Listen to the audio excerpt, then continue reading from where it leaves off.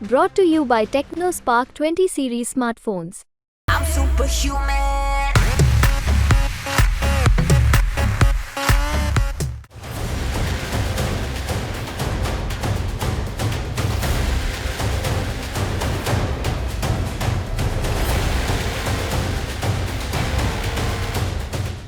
नाच न जाने आंगन टेढ़ा, ये कहावत तो आप सबने खूब सुनी होगी, लेकिन आज ये कहावत मालदीव पर बिल्कुल सटीक बैठ रही। दरअसल भारतीय सैनिकों की वापसी के कुछ दिनों बाद मालदीव ने ये बात स्वीकार ली है कि उसके सैनिकों के पास भारत की तरफ से दिए गए तीनों विमानों के संचालन की क्षमता तक नहीं है।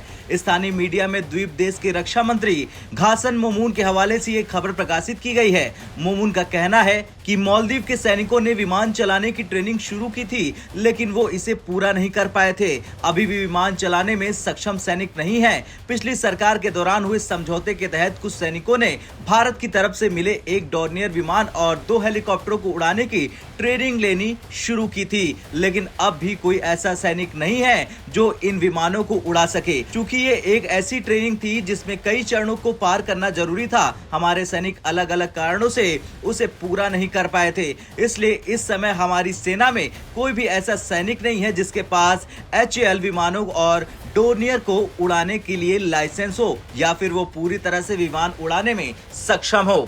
तो सुना ना आपने, ये था मालदीव का बयान, जिससे ये साफ पता चल रहा है कि मालदीव ने भारत से पंगे तो ले लिए, लेकिन अब वो हवा में ही हाथ पैर मार रहा। हालांकि जब मुइज्जू विपक्ष में थे तब उनकी पार्टी के वरिष्ठ अधिकारियों ने पिछली सरकार की आलोचना की थी और कहा था कि मालदीव की सेना में सक्षम पायलट है, लेकिन फिर भी विमान उड़ाने के लिए भारतीय सैनिकों को रखा गया है। लेकिन अब उनकी ही सरकार के मंत्री ने उनकी ही पोल खोलकर रख दी है।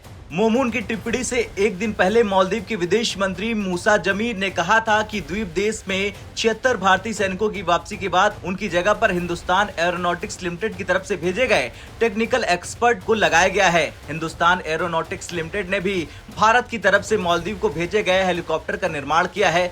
मालदीव में भारतीय सैनिकों के जाने का प्रमुख कारण वहां की सेना को भारत की तरफ से दिए गए विमान चलाने की ट्रेनिंग देना था। भारत ने पूर्व राष्ट्रपति मोहम्मद नशीद और अब्दुल्ला यामीन की सरकार के दौरान 2 HAL हेलीकॉप्टर मालदीव को दिए थे। वहीं डोर्नियर विमान पूर्व राष्ट्रपति इब्राहिम सोली की सरकार में भारत की तरफ से मालदीव को मिला था। खैर, चीन समर्थक माने जाने वाले राष्ट्रपति मुइज्जू ने सत्ता में आने के तुरंत बाद ही भारत से कहा था कि वो अपनी सेना को वापस बुला ले।